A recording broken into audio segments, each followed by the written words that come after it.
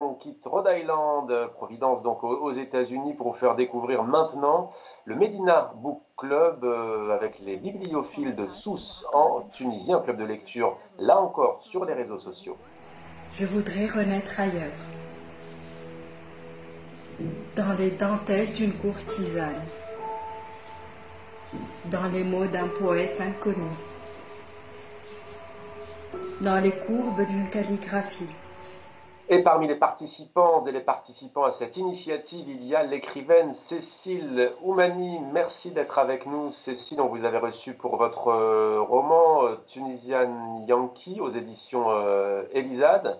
Alors là, vous avez participé donc à une lecture avec le Medina Book Club. C'était en direct sur Facebook.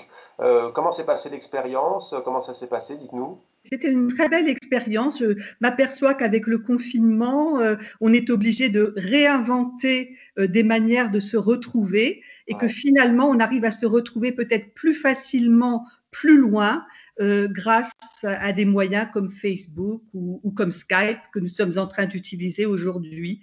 Et c'est très intéressant. Il m'a fallu m'habituer un petit peu, notamment pour les questions des gens qui écoutaient et que je ne voyais pas. Ouais. Et maintenant, ça y est, j'ai pris l'habitude. Il faut qu'on s'adapte, il faut qu'on se réinvente, qu'on réagisse face à cette situation. Alors qu'avez-vous donc lu au juste, Cécile, en direct sur Facebook?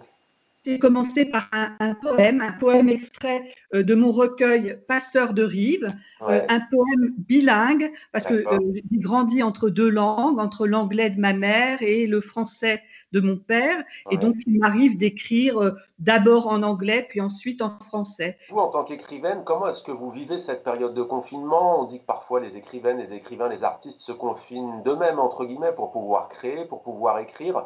Vous, à titre personnel, comment est-ce que vous vivez cela? Est-ce que ça vous inspire? On sait que la littérature regorge de romans, de livres sur la peste à travers les siècles.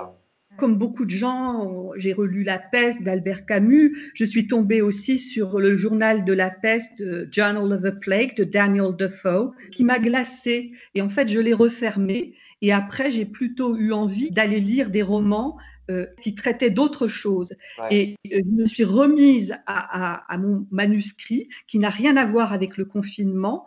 ouais. Et quand j'arrive à être dans mon manuscrit, ça me met comme dans un cocon protecteur face à ce qui se passe.